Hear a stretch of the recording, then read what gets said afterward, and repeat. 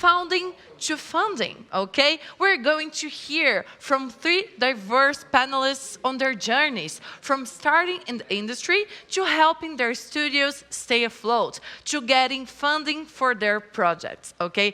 We will discuss cultural issues, access to funding sources, and a few horror stories in between. Yeah, those are really necessary, okay? So this panel is in English, so if you want the translation in Portuguese, please access the link for the translation here on the channel. So let's welcome Justin Dark Yoda. He's VP Strategic Planning at Exola and GM Exola Funding Club. Jairo Nieto, he's co-GM and creative director at Gem City, Bogota. Jimpo Moetti, she's a producer and biz dev at Nyama Corp. And Marie-Anne Hache, COO and lead biz dev manager at Trex GmbH. Hi guys, how are you? Hello, how are you? Hi. Good evening. I'm feeling great. It's such a pleasure to have you guys with us here. So please, the screen is yours. Thank you very much. Pleasure to be here virtually. Wish we could all be there in person. It was great. I thought I was going to have to do the intros. Now I don't have to do them. So we're going to get right into it. I want to thank my panelists who are in 4 different continents, 4 different countries, and 4 different time zones. So this will be fun. I appreciate you all joining me at the various times, especially Manny and Dimfo, where it's getting very late. So let's have some fun. I'm going to start with this, and I mentioned about origin stories. I think it's important to set up where we all started. So Manny, why don't you kick it off? Tell us kind of when and where you started in the industry. Sure. Yeah. So I started in the industry shortly after the birth of my first daughter, and being home is not really what it panned out to be. So I had a vision of being a stay-at-home mom, and that wasn't really for me. So I joined the games industry back in 2010, and it was a free-to-play MMO publisher that we have here in Hamburg, Germany. So I joined as an intern and slowly made my way up. So that was over 10 years ago now, from product management, business development, and now I'm COO on the indie side of things, which has been much more interesting to me. I mean, the free-to-play publishing is interesting, but the indie life is where the heart is, I would say, and the trouble and the stress and the depression. But it's where the heart is, which really matters. We're going to get into a lot of the stress and depression, I think, in a little bit. I resemble that remark. I'm sorry. So let's jump right in. Let's hear about your origin story. Hi. My origin story is pretty weird. I went to university and I studied film and screenwriting. I've been playing video games since I was a kid, especially computer games, and I loved them.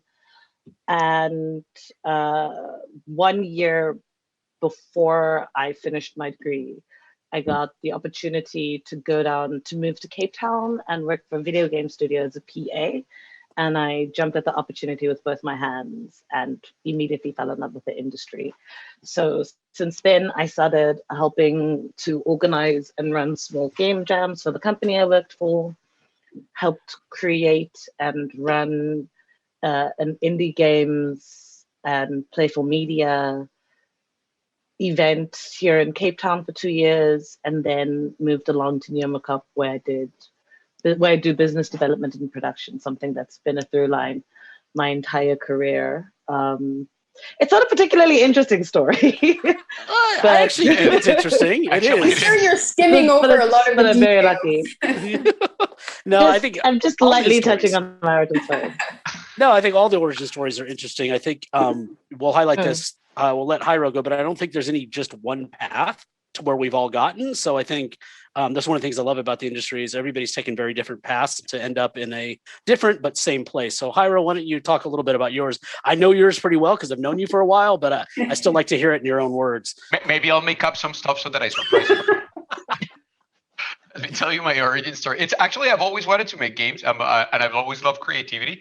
So my dream since I was a kid was making video games, but that was as realistic as trying to be an astronaut from Colombia. There was nothing, it was an impossible dream, I would say. But I always tried to do stuff, and I went to computer science in college, and I tried to do stuff that eventually would get me close to the video game industry somehow. Just hoping that the universe would have a path for me. But I ended up in advertising just because of my affinity to creativity and all that stuff. And I worked in advertising for a while. And it was actually in advertising that we started doing a lot of advert games. And I found this very talented company that I trusted a lot. In like their execution, they were so polished, and their manager, like the CEO of the company, was a top-notch guy, and he ended up being my partner in a few days later down the road, Alejandro, where we founded Brains, and we just came together and said, okay, let's do the video game thing. Now that and it was of course spawned by the mobile games and the mobile market opening. It gave countries and industries that were still in their infancy as Colombia's, an opportunity to jump in and be noticed. And that was back in 2010, and we had a very interesting journey as an indie developer, which I guess is part of what we will be talking about a little bit later. And we were very fortunate to join the Jam City family back in 2018. And so we stopped being an indie studio, but we are and I do honestly say that we are very fortunate, not only because of what the family represents, but also because we still have the soul of an indie studio, and we're still allowed to function in that way, which is fantastic. We still have the scrappiness, we still have the soul, the fire in us. So and that's why I make games, mainly.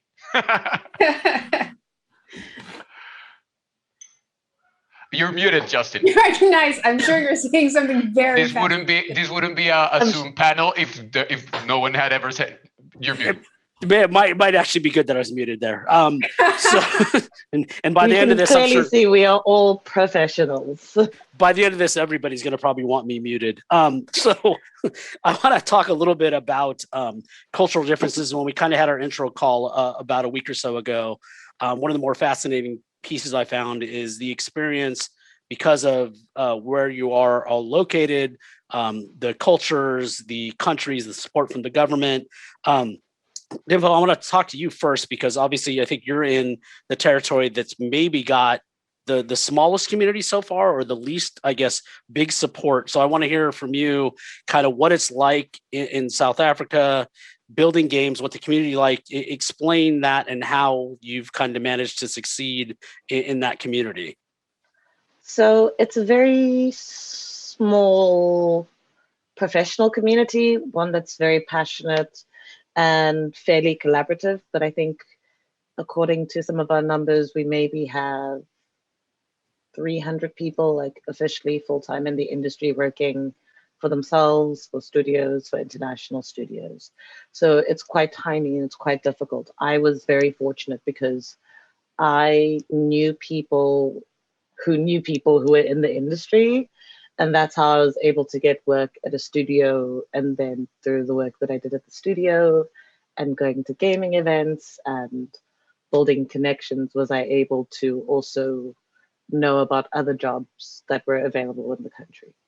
So it's a really passionate industry. There's a lot of cool stuff happening in it, but the number of studios is quite small, and the industry is still growing and not quite able to fully support the amount of people we'd like to have in the industry, or it's not stable enough yet to become sort of a full-time job for a lot of people.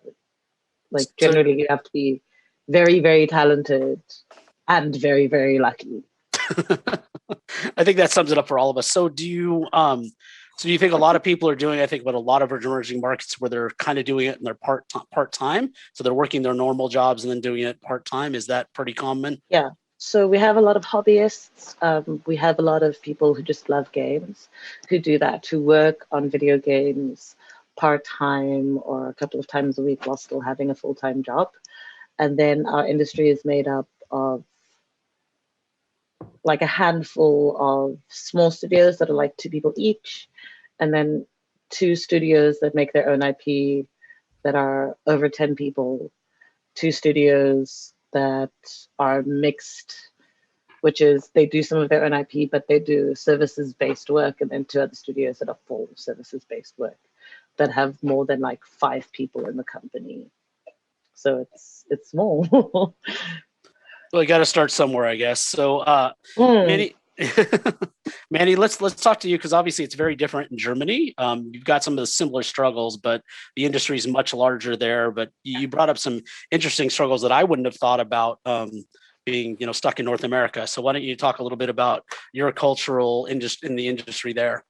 Yeah, so in Germany, the industry is quite old. I mean, there was a big movement towards like modding and prototyping and so on, demoing, I think the scene was also called in some of the northern sides of Europe. So a really long time ago, we have people here, they'll look you in the eyes and be like, I've been in the industry 30 years. You're like, wow, that's old. That's So you're calling me old, thanks. But Definitely. no, it's nice to have the experience. And that means there's also a lot of established studios. Unfortunately, some of the cultural stuff in Germany is, I think Germans are known for some stuff like their paperwork and their rigidity, their bureaucracy, which when bureaucracy works, it's fantastic, but it always does put a bit of a damper when it comes to just moving forward creatively and so on. So they had a little bit of catching up to do, I think, on that side of things, but it's been doing better. So there's a lot of colleges and universities that have been doing a lot of focus on games as well. So it's kind of accepted that it's a path that your kids might take nowadays, that they'll actually study video games. There's lots of internships and opportunities for younger developers to go and work in the games industry. When it comes to support, it was a slow advancement. I think I mentioned the government here in Germany in charge of video game is the same government in charge of transportation and streets. So there was a little bit of a difference of opinion or difference of values and goals when it comes to, we want to make trains run on time and we want to support indie developers wanting to make random games, which the government might not always understand. So that took a while and a lot of effort from a lot of people. We've had lots of different unions. There used to be 2 different ones kind of representing the publishers and the developers. That's been kind of removed and joined into a single one, which led to, thankfully, the big funding, which we have now in Germany, the German Game Fund, that's been supporting bigger projects. So it has advantages and disadvantages in a lot of places. So as always, I find Germany, it'll take a while, but I think they'll get there. It's not that they don't want to, but they definitely have to go through all the proper, bureaucracy and steps to reach the level that some other countries, but there aren't a lot in the world either. Like maybe the Nordics or so, they're, the exemplary on the pedestal up there. They'll get there faster. But yeah, that's kind of some of the stuff I've noticed in Germany as well. Got it. Yeah, because I think all the assumptions about German order and efficiency come to mind. It's efficiency in its own, bubble. That it works for what it is, but it's not going to be the fastest there. It will get there. It's more like the turtle in the story. It's going to get there eventually, but it's probably not going to be the first. Yeah, but the turtle, at least in your story, won't take any detours. I think most of the other territories, the turtle takes a lot of detours. So speaking of detours, Jairo, let's talk about Colombia and the community there and the starts and stops of the government. And again, I'm more familiar, but I'd love to hear from you about kind of the start, the support, the community, the lack of support. So why don't you talk to us about that a bit? For sure. Before, on a personal note, I just want to say, Manny, that the trains are not arriving on time either. At least in my experience. Well, Colombia, the Colombian ecosystem is right. I believe right now is in a really good spot. 10 years ago, when we got started, it was I think I find a lot of similarities, and I can relate a lot to what Dimfu is the stories that she's telling, because it sort of worked like that. We are culturally very informal too. And that is one of the first the stuff that like one of the elements that hindered us at the beginning, I think, as an industry. And it's that you got you have like these very talented teams that can create great games or great art or great technology, but when they go out into the real world and they try to like conduct business, it's hard because they're either not a company yet, or they don't have legal advice, like legal counsel, or and the contracts are like neither here or there. So it's been like a personal struggle for every company to try to formalize itself. While at the same time, that also reflects in how we try to formalize the Colombian ecosystem as a whole. So at the beginning, in the beginning, there was everyone was floating around, and then the directors of about 4 or 5 companies decided to band together and start the first IGDA chapter, and start doing co-opetition instead of competition. And I think that created a very healthy, I would say like a very healthy culture within the Colombian video game development, and industry, where we literally are very generous with each other, and we do not feel that another person's success is it will hinder you in any way. So we're very open with contacts. We make a lot of introductions. We don't poach people from other companies. We're very respectful about that. And we are also very proud of having nurtured, Brains was one of the first companies that got started. We've nurtured a lot of people that have moved on to work in companies, in larger companies, or create their own companies and be very successful, or mentored people that are right now, on the cusp of success and doing great things. So I think that all is a consequence of having thought from the very first moment when we were like looking at the industry, and what we wanted to be the future of the Colombian industry as a collaboration instead of a competition. That is how I see the current ecosystem from our end. And from the like governmental end, the governments have shifted in the last 10 years. As you might know, the current situation right now is pretty dire in our country, so I will not comment on that for now. But at least from what concerns the video game industry, the government has been there. I would say learning along with us. One thing that we had one thing that happened at the beginning was that we, similar to what happened in Germany, we didn't end up with the trains and the bridges, but we did we had the Ministry of Culture and the Ministry of Technology, and no one knew who was responsible for us. Was like, is this culture? Is this technology? And in the end, I believe a very solid compromise was created, where I think both ministries are heavily involved in the activities that the video game industry is doing. More so that, for example, in cinema, where the Ministry of Culture is more involved in that than the Ministry of Technology. In our case, the Ministry of Technology is actually very, very, very involved, as is the Pro Colombia, which is the national agency to promote exports and promote Colombian culture around the world. So I think there's a lot of stuff that I can talk about things that could improve, but I do believe that the momentum and the feeling in Colombia is very positive. Got it. So no, I think that's a good start. So again, we talked about Germany's got the support. Colombia, I've seen hit and miss. The info, it doesn't seem like you've had much from the government yet at all. Given that you've organized events and done other stuff, have there been conversations? And the reason we're talking about this for the audience, the reason we're talking about this is a lot of studios and a lot of places, and especially emerging markets, they get some help from the government in some form or another. Sometimes it's actually help that doesn't actually help, but I'd love to hear what's going on, if anything, info, and how's that going as somebody who's organized stuff and events. I think you just answered. Silence. I'm just trying to figure out how to describe like South Africa's governmental intervention. So the issue is that, like, on various levels, you get varying degrees of support, especially if you're an event, right? There might be a lot of support at a local level, so at a city level, or maybe even provincially, or like you're able to access some funding if you jump through the most horrifying hoops and are just patient for months. just trying to get an answer or money out of our government. We have a Department of Arts and Culture, we have a Department of Technology, but we also have like a Department of Industry. So we're never really quite clear where to put games. And on a national level, where certain policies would be very beneficial, or just an understanding of of what was going on in the industry was very beneficial. There just isn't a lot of support as yet because the industry is so small. And I think governments tend to be a little behind technological changes and advances and trends.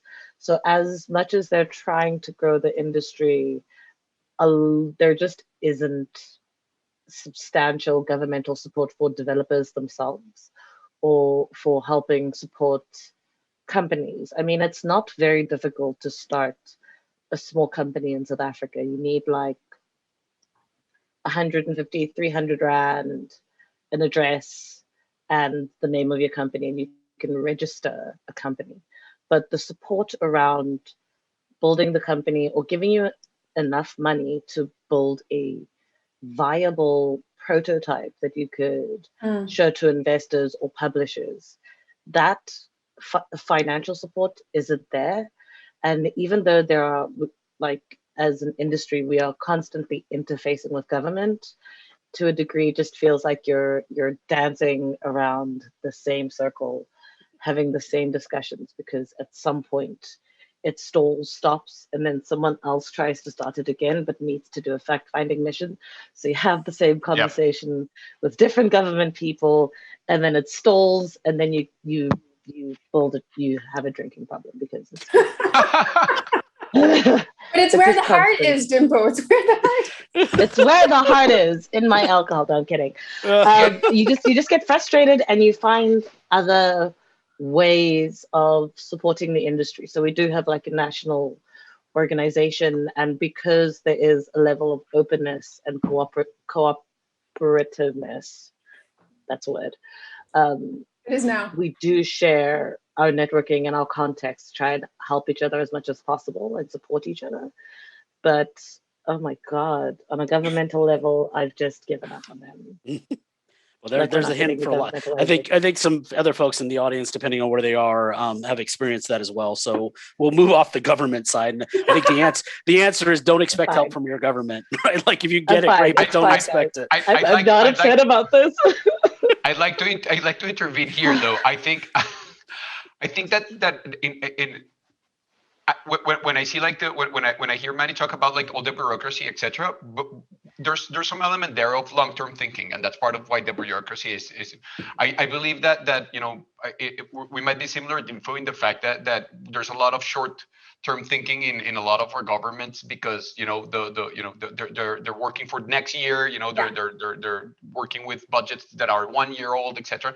And so the industry is looking at like at 10 years into the future, and they're looking just into 1 year into the future, and it's sometimes hard to reconcile. But also, it is very hard to reconcile those, especially because we have the thing within our governmental departments where if they are given X amount of money a year and they don't spend all of it, they get substantially less. Yeah. But it's also the added benefit of like, we have a pretty cool film industry and theater, obviously pre-COVID. But there are just moments where sometimes money, especially in like arts and culture and tech, are just gone. The money is gone. Where did it go? Who knows? Was it spent on growing industries in South Africa? Probably not. One last note on that would be for me is also the government tends to I don't know, because they want good numbers, they tend to jump on hypes as well. So there's going to be like the esport hype or the AR hype or the VR hype or like whatever is coming around, and there's a lot of vitamin C as well, especially in like, I would say, even more established governments. Sometimes you don't think about it so much, but people have been in businesses here for sometimes centuries. The companies are, it's kind of scary. The people not, but the existence of establishment. And I think there's really stuff going from hand to hand, as you say. They have to get rid of the money or else they don't get the budget the next year. And where they put that money sometimes is influenced by not quite the right kind of indie positive people. So that's why, for example, for us in Germany now, the Game Verband, which is like the union representing the games industry, it's a very positive change for us because they're also very indie focused. They still represent the bigger kind of free to play and everything, but they're bringing the indies a little bit more like, this is where the talent comes from, guys. It's not going to come. We have to support this. Yeah. Exactly. So, Yeah. Exactly. Go ahead. Oh, thank you. So I was going to say exactly, but it's also, I think, the biggest issue in South Africa is that because of how certain departments work, even tech departments, there's a strong focus on sort of South African culture. So it's a question of like, what is the value of this game? Because South Africa still has a lot of growth to do as a society. Our economy needs to grow. There's a lot of basic rights for a lot of people that still needs to be resolved. So there's also that level of it just not seeming important because it's that short-term view of like, well, is your game even going to make its money back? Is it really going to employ people? No. So we're not putting the money in there. As opposed to understanding how the industry can grow and improve the economy for the industry here, and understanding how many people buy video games and play games here, and just how ubiquitous it is and how much money a good studio could make making a good game. Yeah, I think we all have. I think the shining example that a lot of people refer to, and the one that I think most of us talk about, the one that I was actually with Hyro meeting with some government officials were talking about, is the success that Canada's had. They had some huge advantages, obviously, with people spinning out of big studios. I think Colombia's starting to see some of that. Germany's seen some of that. I think, unfortunately, you're a lot of years behind info in South Africa. We don't have the big studios to spin out of. Yeah. Yeah, not. Need to invite some Ubisoft people, Dimple. Yeah, Ubisoft and EA. Oh my god, guys! I know so many Ubisoft people. Ubisoft people have looked at South Africa, and I don't think they had experiences in Casablanca that I think maybe they won't come. Well, maybe we can get them to come down there and do at least the next Assassin's Creed in South Africa, since they seem to be running out of locations. And time. Both that is space and time. No. Okay. We'll move on now. The South African Assassin's Creed. And I just need to go make some jokes towards my friends. Okay, we're gonna start talking a little more focused, I think, on the funding and the pitch side. So let's pick a game project. Manny, we'll start with you. Let's pick a game project and talk about that process. How long did it take from the time your team built the concept to putting it together to reaching out to potential funding sources to potentially getting it funded? What was that process like, Manny? And I'm just trying to give a ballpark because I know it's every single pitch is different, but let's talk about one that you did and start to finish. What was that like? All right. Well, I'll start with the spoiler. It's not finished yet. But from the concepting, from like the creation and so on, unfortunately, no kidding, it was over 3.5 years of pitching a game over and over and over again, and chasing leads and repurposing assets or changing things depending on what we thought maybe the market was interested in. The market meaning the publishers. It took over 3 years for one project from start to finish.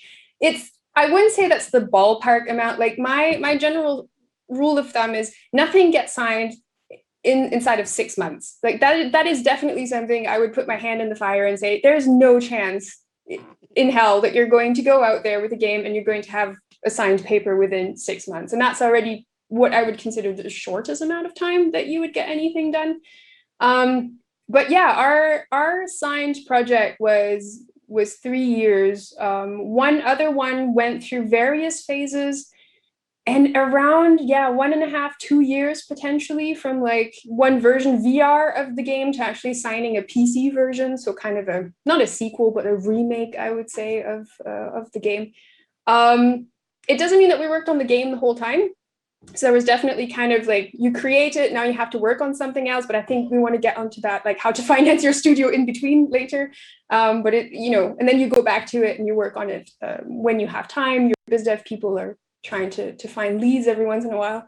Unfortunately, there's only so many leads. So sometimes you have to go back to like the same one, re-pitch the game. That's always a bit awkward.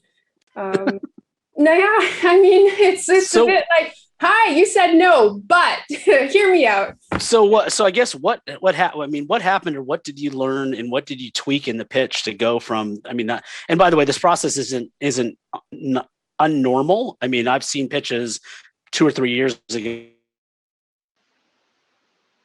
and I saw the games again, and they just recently. But I think from a perspective standpoint, can you think of any few key things that maybe the studio did, or your BD people changed, or the developer, the development side, anything that you think that got it over that hump from the no or the long maybe to, okay, we're interested, let's discuss? Yeah, the more developed it is, the more content there is, the less the publisher needs to risk, the more likely they are to sign it. I mean, I'm sorry, but it's that easy. It's like, either you have something or someone that is it's just so really secure that you hook it and that's it. You've basically gotten it. Otherwise, you need to be able to show to a publisher that their risk is being minimalized when they're investing in you. The bigger the amount, the bigger the risk. The smaller the content, the bigger the risk. So for us, it was really kind of balancing, reducing potential budget expectation, finding funding to actually fill the gaps and continue the development of the game, and to be able to show more and more content. I would say with the pitch themselves, with your pitch documents or whatever you're showing, that had minimal effect. Like there's only so many, so much you can do with materials. We have Google Drives with 10 folders filled with gigabytes of video material, of GDDs, of prototypes, of world building pictures, art direction folders, everything. The only thing missing is, of course, we need to sit down and make a game. So yeah, for us, I think the biggest thing was really just have more of the game. The only other thing, which is during Corona time at the moment, completely pointless, is go talk to them in person. I would not recommend doing that today, though. So good luck. Oh, I'm not supposed to be like flying out to people's houses and stuff. Apparently not. I don't know, Dimpo. I don't know what's forcing them to give me money. Plot twist, that's not Dimpo's home. He's at a publisher right now. You're at a publisher's house right now. She's begging for investment. Wow, how dare you folks expose me like that? Oh, wow. I feel attacked all of a sudden. So Jairo, let's talk about that for you from your, and again, sure, you and I have some experience on this, so I found this really interesting. Let's talk about you and, the first, pitch, the iterations, the changes, how you kept afloat in between. Yep. And then I know you got funding once and then it kind of went away and then you got funding again. So let's talk about that a little bit. So our experience is a little bit different from Manny's, like our cycle. But I guess it has to do that we've always focused on mobile. And so the market was different and the even what amount of content you have to show to as you say, Manny, reduce the risk for the publisher as much as possible is different. So in our case, we actually were very aware. We got funded by a local VC fund here in Colombia, a fund from Medellin. Which is actually quite strange because there's not a lot, like we're not culturally we're not a country that has a very strong investment ecosystem. That has been actually changing, but we're talking about 2010.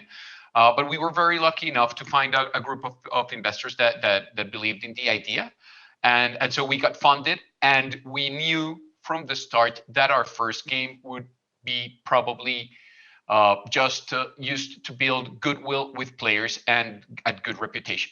And so we went out and created, a fantastic game. But we were not like the main objective was not to make millions of dollars. Let's put it that way.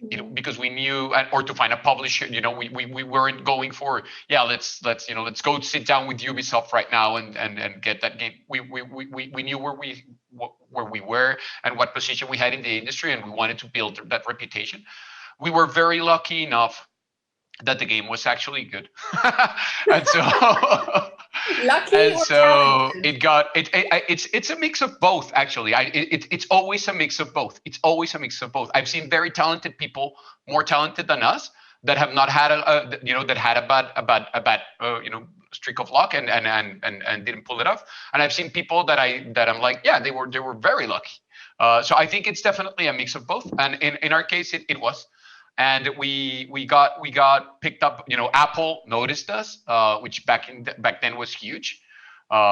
It still is, but I mean, back then it's best of Latam. It was like wow, and I think that built that diminishes risk, right? You're now with a company that has made their opera prima was successful, and the players liked it, and it was good.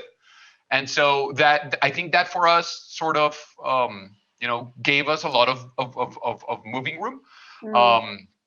But as you mentioned, development cycles are unpredictable. So you start running out of money. And one thing that we found that worked really well for us was that at that point in the market, you had like two types of publishers that sort of wanted you to come in with a finished product with great KPIs. And my thought was always then why do I,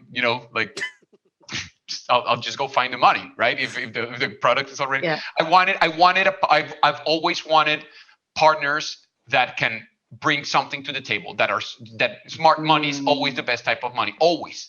And so with Alejo, we started seeing that there might exist an opportunity of going to the publisher and saying, hey, let's co-develop the project.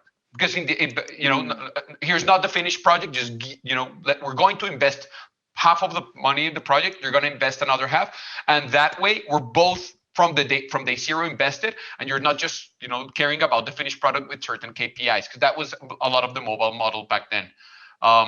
And we started working with that, and we found really good partners. We found really good partners, and had some successes and some failures, as everything in life. And the way that we kept the lights on was finding projects that were interesting enough for publishers, and that made that were profitable enough for us to keep going. At some points, we were like in that valley where you don't have the last project and you haven't started the last one. And we've always wanted, and we've always worked on our own IP, but we were always open to also doing work, and doing work for another company, and we did that also. That was also part of the reality of the company. We were also very wary of that. And please, I'm sorry, this is like a 7-minute answer already, but something that we were very wary of is that once you get on the work for hire treadmill, it's really hard to get off. It's really hard to get off, because if you're a responsible work for hire company, you're going to deliver. And so you're always going to prioritize your client over your internal project. And so you start taking people off the internal project and putting them on the work for hire treadmill. And then you have this very robust work for hire company and a very small original production company. So you have to be very aware of what you want to do with your company. We always knew that we wanted to create our own IP and be a studio that could create, original content. And so we were very good at balancing that. And by that, I mean Alejo, because I was terrible at that. Alejo was really smart at that. So yeah, and that's how we sort of worked.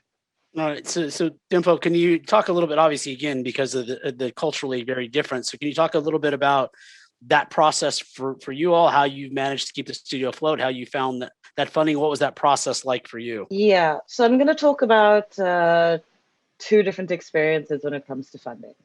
So the first experience is that the first company I worked for had a successful game. So the game had been so successful that they just worked with the same publisher. So there was never that concern or stress around funding the next project, around ensuring that people would get paid or anything. Like it was a very privileged for the industry and fortunate position to be in.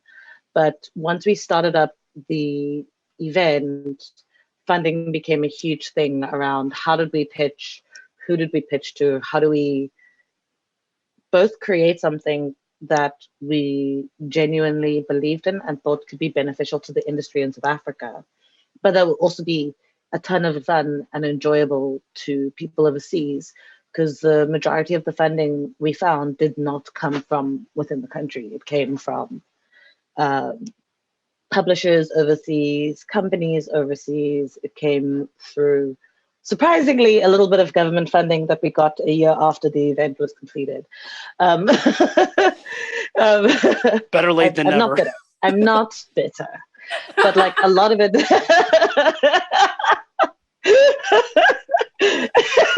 But like it was very piecemeal, and so it became about understanding not just how to sell the coolness factor of the event of like, or even just showing off how this could impact the industry in the country, but also what were the benefits for each company we were pitching to in terms of giving us money.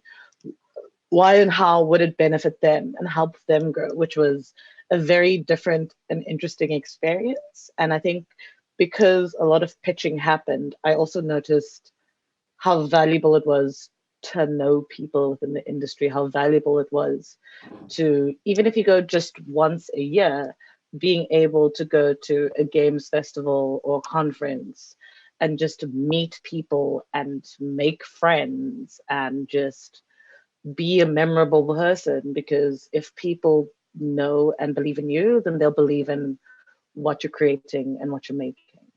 So that really impressed on me the value and importance of business development and just not being a terrible person. It's very new for me. That's generally good advice. I became a better person to sell games. I became a better person to get money and make games. We all sell our souls a little bit. I actually, and then friendlier person. Sorry, I definitely became a friendlier person. But also when it came to pitching like a game and like working on a prototype of a game for a studio that didn't have as much privilege and luck as the first studio I worked for, what really was impressive to me and valuable to see was just how much having made a game previously helped you, whether or not the game was a smash hit or not. How important pitching is in terms of what you choose to show, what you talk about, how you frame it, and how you keep true to your vision of what the game is while describing it in a way that is very appealing to publishers. I think, at least in South Africa, there's a very big misconception around like, oh, I have to sell out to get money from publishers, and I don't want to sell out my artistic vision. But really, it's just about being able to sell your vision in such a way that others will fall in love with it. And you can use publishers to refine that vision. Something that we did was that to those shows where we went, we came in with our little bag, actually a USB, of concepts, and we used the publishers as A/B tests. They didn't know that, but we did that. And so that's how we measured what the market wanted and what they And then when we came back, we actually we discarded what we felt was not resonating with, and then for the next show we were ready, and we had that. I think that also helped us like make our cycles a little bit faster, because we were like listening to the ground all the time and using our meetings with the publishers to inform the product too. Yeah, that's good. So I'm going to just highlight. So we talked about the risk, presentations, and relationships, and somebody who's been mostly on the funding and investing side. I think we can't emphasize this enough. Is those relationships, not being a jerk. I guess I'll put it nicely. I would normally use a different word. There's another word I would use. Yeah. Don't be a jerk is a really good advice in the games industry. Do not. It really is. Sorry, I just wanted to pick up a cat. Oh, that came to visit me. new panelists. And so I think that's key advice for anybody out there is very rarely do you go pitch somebody for the first time and get a yes. I've only seen that happen a couple times in my career. It's often the third or fourth or fifth time. Go ahead, you got something to say. So to the same person or to different people? Well, different people, same people. Oh, I mean, that's true. That's true.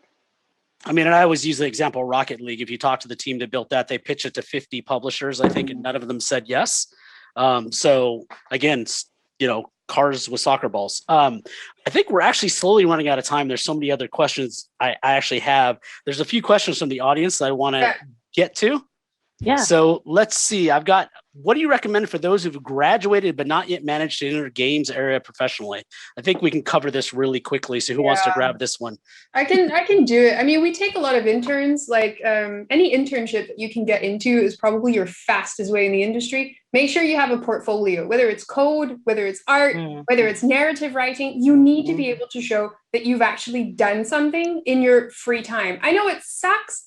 But this, especially in the indie side, this is supposed to be a passion and not something that like you want to do is like, I'm going to get a millionaire. Like, yeah, the chances are not terribly high. Sorry. Go buy a lottery ticket. But yeah, come with portfolios, apply for internships and just make games. There's groups out there, even if it's like a mod of a game, anything that you can show that you've done, like tiny demos with videos. It really helps for people to hire you, because also indies can't afford to spend money on somebody that is not going to deliver. So it's a higher risk for an indie studio to hire somebody with little experience. So keep that in mind if you're applying for indies. Yeah. Go ahead, I will say to the other South African watching, no, I'm kidding. I think a big part of getting into the industry, if you're a student, definitely as well, like specifically in South Africa, is, as Manny was saying, be making stuff. Find the meetups in your local communities. Go to those meetups. Go to any and all game jams if you possibly can. If there are like indie or game development related events, go to them if you can. Like, just be as visible and engaged as possible in the industry, because there will be people looking for new young talent, but unfortunately with a bunch of introverts, they're looking within the spheres that they know. So making yourself known, showing what you can do, having a really nice portfolio of things you've worked on, even if you just like once every 2 weeks in the space of a Saturday, you make a game with some friends. Like, don't get into the habit of working too hard constantly, but work smart and find ways to constantly be practicing and creating and thinking about stuff without exhausting yourself will go a huge way. And sometimes if you have the ability, just make your own game. Start your own thing with like 2 or 3 friends that you trust and just go for it. Yeah. I was gonna say game jams. Go to a game jam. Yeah. Yep. Game jams. Game jams, baby. Game jams for life. That's a great way to meet folks. Even if you don't, a lot of game jams have these sign up boards where you can just sign up and find other people that want to work on a projects. It looks like we have 4 minutes to finish. So I think we'll grab another question. I won't answer the Xsolla question. I'll ask that person to ping me directly, and I'm happy to answer that later. Let's talk about this one, because I know, Jairo, you had some issues with this. We had this talk in Colombia. They talk about cultural laws could contribute to thematic games and address local cultures. I actually want to take the point of being too local as a problem, Jairo. I know that we talked about this. Do you want to cover that real quick? Sure. I mean, there's a lot of value in especially in cultures that have not been exposed too much to the outside world to differentiate yourself by bringing those elements of your culture that to the global stage. But there's definitely also a risk in not being globally appealing if that's what your objective as a video game creator is, or as a company is. And so there's definitely 2 paths to do that. Something that I always tell the people that I talk to on the creative side is that you can be very Colombian without having to be very literal. You can be very Colombian without having to make games about whatever Colombian subjects that are that are on the global mind. Like, oh yeah, that's Colombian. You can still be Colombian with your color palette. You can still be Colombian as we are. That's something that we do a lot with a lot of satire and humor and a lot of stuff that that is very that has a lot of Latin American flavor in it. Without having to be literal. That said, there's games. There's actually a game right now in Colombia in development that talks about like the culture, our native culture, and gorgeous. And I think it's a very a very good application of that. But you don't always have to be literal to be locally cultural. I mean, that's the point. All right, so I think we have about 1 minute before we get cut off. I'm going to jump in that quickly. I'm sorry. Quick, go ahead, go for it. Okay, so the big thing to remember is that we shouldn't put like the obligations on these studios that they have to or ought to make something with cultural relevance. I think that studios that want to make something with cultural relevance that speak to their people at home absolutely should and should not be afraid to do so, and that there'll be a wider audience. But if you don't want to, that is also fine, and you're not a terrible person, and they shouldn't be the expectation. You're not a terrible person, Dimple.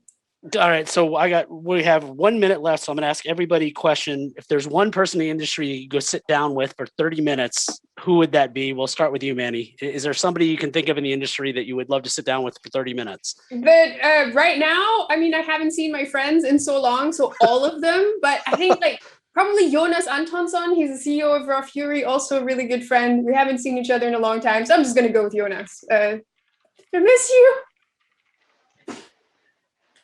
Awesome. How about you? An industry that you would pick their brains, sit down, have a drink with, I don't know, pet cats with?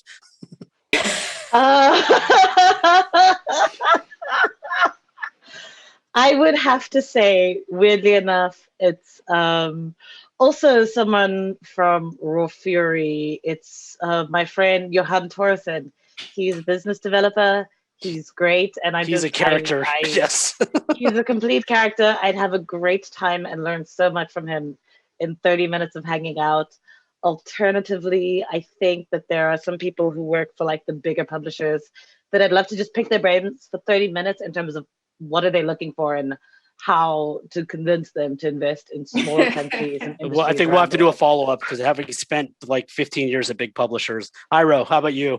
Mine's actually an esports player, a Dota player. It's Johan Sundstein, Big Daddy No Tail. I absolutely admire him as a historian, how he, I know Casey Atkinson is she's part of the international involved. She's part of the panelists here. So, and if I got 30 minutes to sit down with that guy, oh my God, yeah, I would nerd out. I love that you're such a fanboy. Such a fanboy. I'm a fanboy. I'm a huge amazing. Go OG. Green blue. Go Raw Fury. I don't know. I'm just very grateful I did not mention anyone I have a crush on in the industry. So. Good job. So look, I have a whole list of questions that I didn't get to. Maybe we'll do a follow-up another time because actually I don't think we got time to dig into some of the stuff. Yeah. I want to thank you all for joining at late time zones, different time zones. Go have a drink since it's late in a couple time zones. Jairo, you go have a late at lunch or a siesta. I'm going to go get breakfast or lunch or brunch. Big thank you for having us. Hopefully next year we can be there in person. And I really appreciate the time, everybody. Thank you. Thank you. Bye. You're all awesome. Thank you so much. Bye. Thank you so much. Bye. Bye. Thank you very much. It was awesome, actually. Although I'm a League of Legends player, I am to a Dota fan. So thank you so much. This panel was amazing. Big Festival 2021, the biggest games festival in Latin America.